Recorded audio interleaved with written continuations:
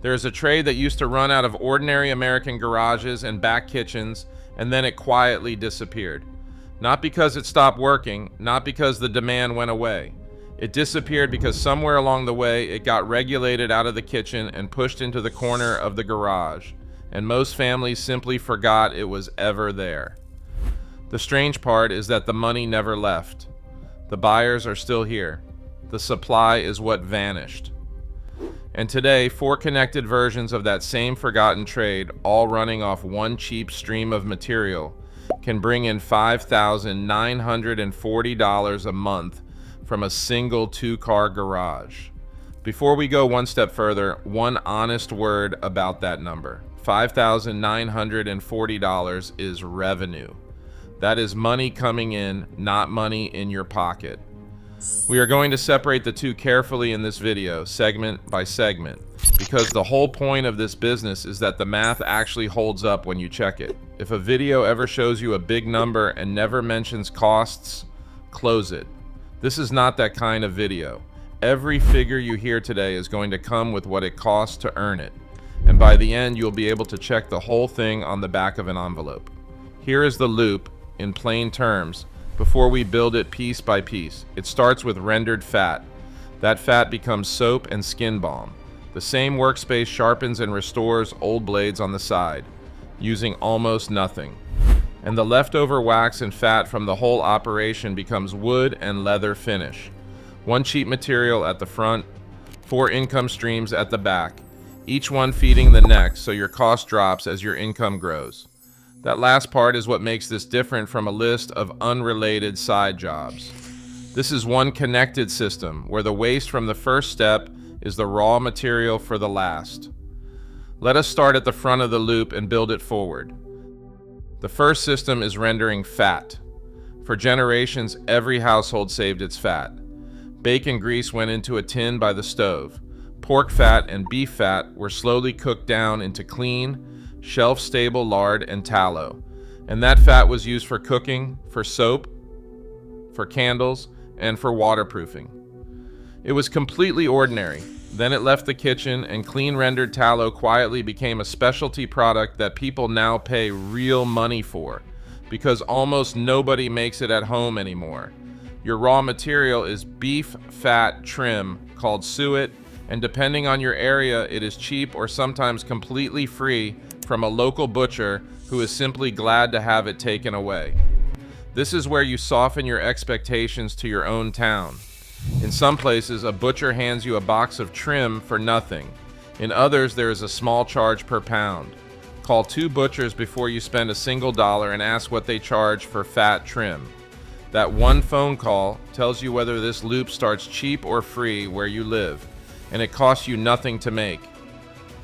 Let me give you a concrete picture of how this looks in practice, and I want to flag clearly that this is an illustrative example built from realistic numbers, not a promise. Picture an operator who collects roughly 40 pounds of beef suet from a butcher for a small handling charge.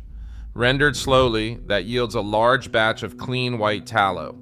The one piece of equipment worth naming here is a large, heavy-bottom stockpot, roughly a 40-quart size, which runs about $90 new and considerably less if you buy it used from a restaurant supply resale. You render the fat low and slow over several hours, strain it clean through cloth twice, and pour it into molds or tubs to set. That is the entire process. There is no exotic tool and no rare skill. The difficulty here is low. This is the easiest node in the whole loop, and that is exactly why it sits at the front, because it is the step that feeds everything after it. What kills this business is heat and impatience. Rendered fat scorched over high heat turns dark and smells off, and no buyer will touch it, and no soap made from it will be any good. Low and slow is the entire skill, and it is a skill anyone can learn in a weekend. The biggest mistake beginners make is rendering dirty fat without straining it properly, which leaves specks and bits that ruin the finished bars and finishes further down the loop. Strain it twice, keep the heat gentle, and this node almost runs itself. Clean rendered tallow can be sold on its own to other crafters, and here is a quick proof of demand for that because it becomes your modest 4th revenue stream. Jars of clean rendered tallow and grass-fed beef tallow sell on craft and health marketplaces in a range of roughly $12 to $20, and the sold listings confirm a real and growing market of people buying it for their own soap, cooking, and skincare. So even before it feeds anything, the tallow itself has a checkable price and a real buyer. But in this loop, its main job is to feed the three systems that follow, which is where the margins truly climb, and selling the raw tallow is simply the bonus stream sitting on top. Now the fat becomes product, and this is the second system, the one that carries the most weight in the whole operation. Clean tallow turns into soap and skin balm. This is the node that was most directly regulated out of the kitchen, because selling anything a person rubs on their skin brings rules with it, and we are going to handle those rules honestly later in this video, rather than pretend they do not exist. A single batch of tallow soap costs very little in materials once your fat is essentially free from the first system, and it produces bars that sell steadily and repeatedly to the same customers, which is what you want. Skin balm made from the same tallow with a little added wax extends the same batch into a second product at a higher price per unit. Here is real proof of demand, and this is the kind of check you should run yourself before believing anyone, including me. Handmade tallow soap bars sell on craft marketplaces in the range of $8 to $12 each, and if you look at completed and sold listings, not just active ones, you can confirm that people are actually buying them and not merely listing them. That difference matters enormously. Anyone can list a product at a hopeful price. A sold listing is proof that a real person paid. Before you make 100 bars, list 2 of them and watch whether they sell. Then, and only then, scale up. That single discipline separates a real business from a garage full of unsold inventory. The difficulty with soap is medium, and almost all of that difficulty comes down to one ingredient. Soap requires LYE, which is genuinely caustic before the soap cures, so this is the node that demands real respect, proper gloves, eye protection, and good ventilation. This is not a reason to avoid it. Millions of people make soap safely at home. It is a reason to take it seriously and follow a tested recipe exactly. What kills this business is a sloppy recipe that never fully cures, leaving a soft, oily bar that buyers use once and then return or never reorder. The biggest mistake is guessing at measurements instead of weighing every single ingredient. Soap is chemistry, and chemistry does not forgive eyeballing. One concrete number to hold on to here. A basic digital kitchen scale accurate to the gram cost about $15. And it is genuinely the single most important tool in the entire soap node, more important than any mold or fragrance. Let me make the soap node concrete with an illustrative operator example. And once again, I want to flag plainly that this is a realistic illustration and not a promise of what you personally will earn. Picture that same operator taking the clean tallow from the first system, which cost them almost nothing, and turning a single afternoon batch into roughly 30 bars of soap. At a selling price in that $8 to $12 range, a batch like that represents a few $100s of potential revenue for an afternoon of work plus a curing wait, and the only real cash cost was the lye, a little added oil, and simple packaging. Add a smaller run of skin balm from the same tallow, poured into little tins that sell at a higher price per unit than the bars, and a single production day has quietly created 2 products at 2 price points from one nearly free input. That is the leverage of starting the loop with your own rendered fat instead of buying expensive base oils like everyone else. Your first buyers for soap are local, and this is good news because local buyers let you start without shipping anything at all. Farmers markets, craft fairs, weekend markets, church bazaars, and small gift shops that stock local goods are your channel. The approach is simple, and you can say it almost word for word, so let me give you the actual language to use. Walk into a small local shop that already sells other handmade goods. Hand the owner 1 bar as a genuine gift with no strings attached, and say something close to this. Tell them you make these locally, you would love for them to try it, and you were wondering if they would consider carrying a few bars on consignment, meaning you only get paid when a bar actually sells and they carry no risk at all. That last part, no risk to them, is the whole reason it works. Many shop owners will happily say yes to 3 bars on consignment when they would have flatly said no to a wholesale order of 30.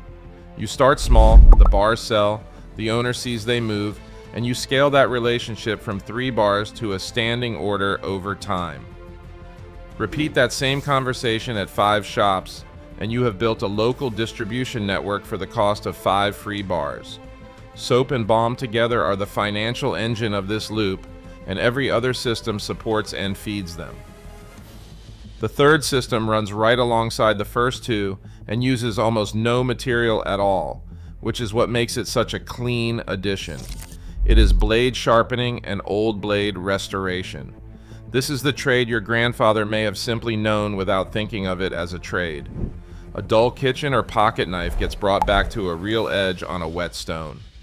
A rusted, forgotten old blade found at a yard sale or flea market for almost nothing gets cleaned, restored, and resold for many times what it cost. Restoration videos pull hundreds of thousands of views precisely because people find the process satisfying and forgotten at the same time. And that attention is not just entertainment, it is proof of a market you can turn into income. The one piece of equipment to name here is a combination sharpening stone with a coarse grit on one side and a fine grit on the other, which costs around $35 and lasts for years of steady use. Let me walk the illustrative example again so it is concrete, and again I am flagging this as a realistic illustration rather than a guarantee. Picture the same operator spending a Saturday morning at flea markets buying 5 old, rusted but solid blades for a few dollars each. Over the following week, in the same garage where the soap is curing, those blades get cleaned of rust. The edges are reground on the combination stone, the handles are cleaned or replaced, and each one is photographed well. A restored vintage blade that cost a few dollars can sell to a collector for a strong multiple of that. Alongside the restoration, a simple local sharpening service for neighbors, restaurants, and market vendors brings in steady small payments for very little time. The difficulty of sharpening is low to medium, and importantly, it is almost pure skill rather than cost, which is exactly what makes it fit the loop so well. It adds an income stream without adding much expense. What kills this business is over-grinding, taking too much metal off a blade and ruining something a customer trusted you with. That is a reputation killer in a small town, so care matters. The biggest mistake is starting on customer knives before you have practiced thoroughly on your own. So practice on your own blades and cheap thrift store knives until your edges are consistently sharp. Now your buyers here split into 2 channels, and you must be honest with yourself about which is which. A sharpening service is local only. You are not going to mail knives back and forth across the country, and you should not pretend that is practical. But restored antique blades are mail order, and they sell to collectors nationwide on the same craft and collector marketplaces where your soap lives. One channel is a neighborhood service with repeat local customers. The other reaches the entire country through the mail. Labeling them correctly in your own plan is what keeps your revenue projection realistic instead of fantasy. The fourth system closes the loop, and it is the one that proves this is a real connected system and not just 4 jobs stacked together. Every step so far produces leftover wax and leftover clean fat, and rather than throw any of it away, it becomes wood finish and leather balm.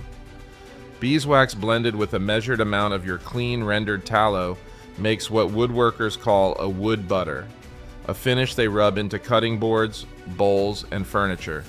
And the very same blend, adjusted slightly, becomes a leather balm that holds a steady and loyal market among people who care for boots, bags, belts, saddles, and tack. This is the node that turns what would have been waste into a 4th income stream, and that is the entire reason the loop lowers your costs as it grows instead of raising them. The difficulty on this 4th system is low.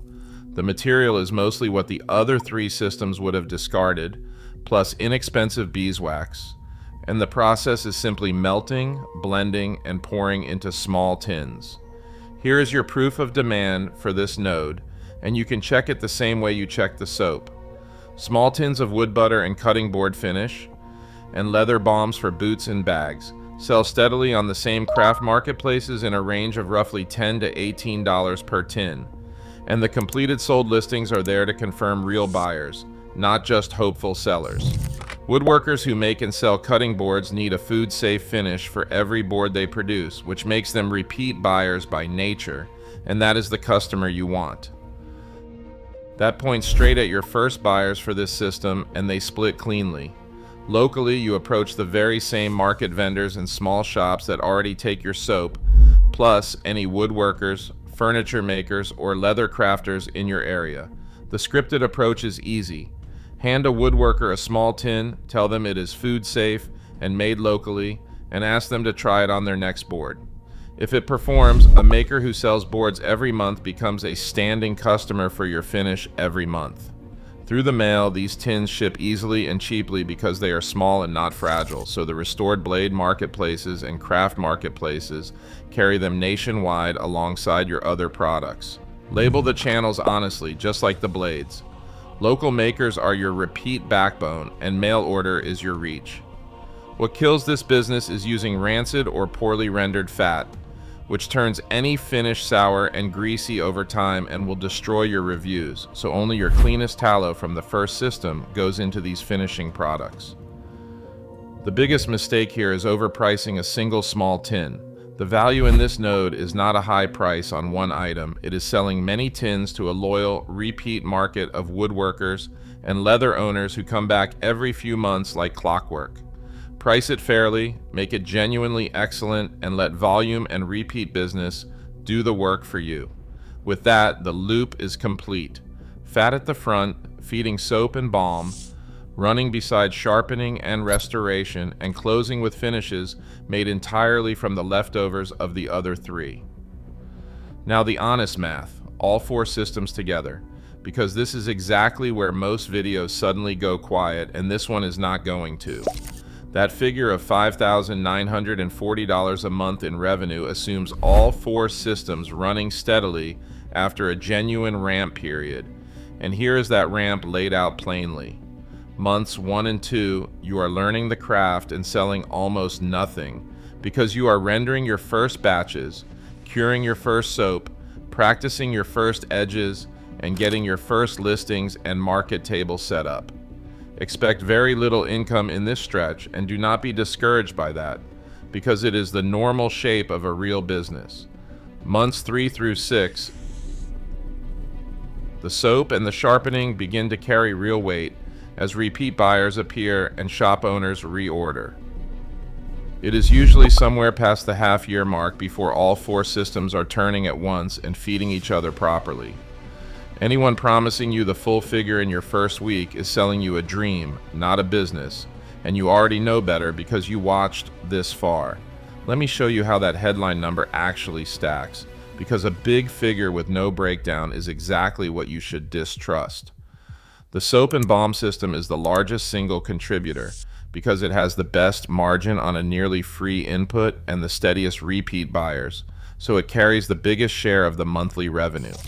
The sharpening and restored blade system adds a solid second stream, part of it steady local service income and part of it higher value blade sales through the mail. The wax finishes add a third stream that grows slowly but reliably as woodworkers become repeat customers. And the raw rendered tallow sold on its own to other crafters adds a modest fourth stream on top. Add those four together, running steadily in a mature month, and you arrive at that $5,940 revenue figure. No single system has to perform a miracle. The number comes from 4 ordinary streams sharing one cheap input, which is far more believable and far more durable than one system trying to carry everything alone. Now subtract the cost honestly, because revenue you do not keep is not income.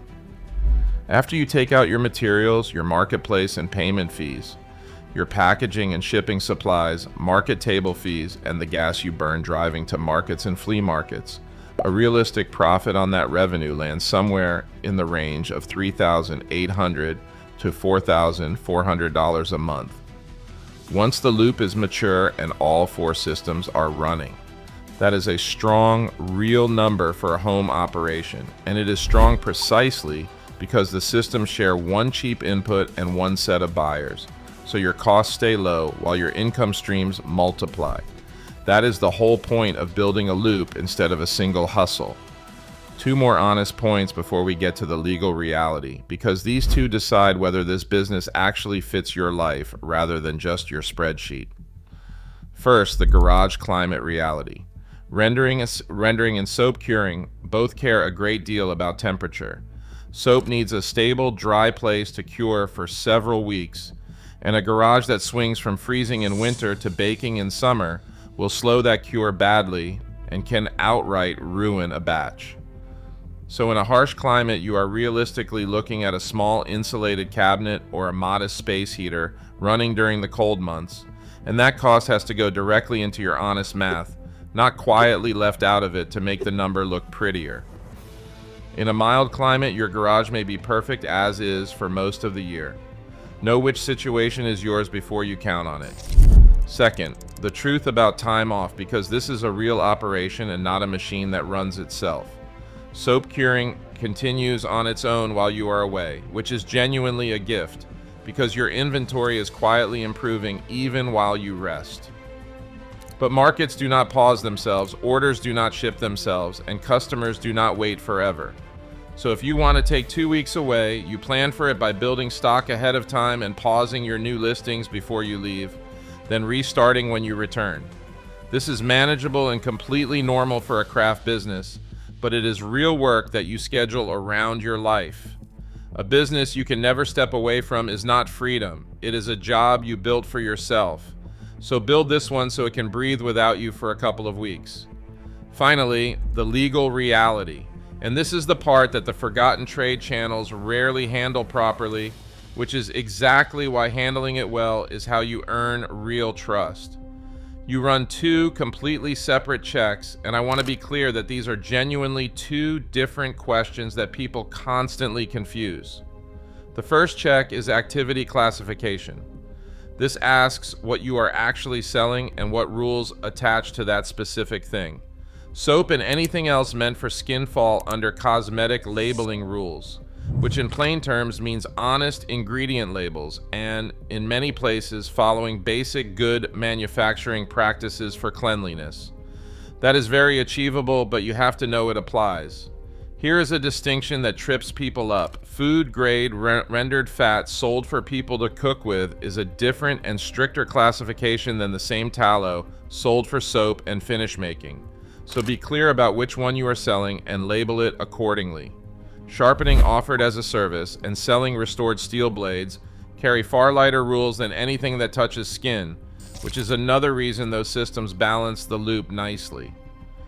The second check is completely separate from the first, and it is zoning. This asks an entirely different question. Not what you sell, but whether you are even allowed to run this kind of activity out of a residential garage at all, and whether you are allowed to have customers or shipments regularly coming and going from your home. These are 2 different offices and 2 different answers, and passing one does not mean you pass the other. The good news is that many areas quietly allow low-impact home production with no signage and no walk-in customer traffic, which fits this business perfectly since your selling happens at markets and through the mail. Some areas require a simple home occupation permit, which often takes only a few weeks to obtain and costs very little. Do not assume either way, and do not let fear of this stop you. One phone call to your local zoning office answers the whole question, and it is a far easier and friendlier call than most people imagine before they make it.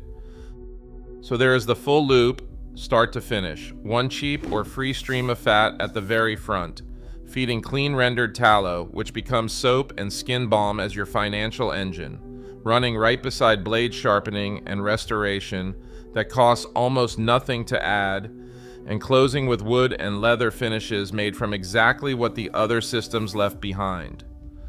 4 forgotten income streams, 1 connected system, shared inputs and shared buyers, and math that genuinely holds up when you check it, which is the only kind of business worth building.